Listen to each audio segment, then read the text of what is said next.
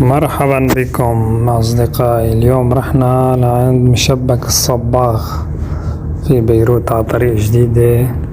شوفوا كيف عم بيظبط العوامات الطيبين، ويلا بينا نتابع الطريقة. هلا حطهم بالزيت وبعدين شالهم حطهم ببرميل القطر وغمسهم بالقطر. يا عين يا عين يا عين، عن جد شي طيب.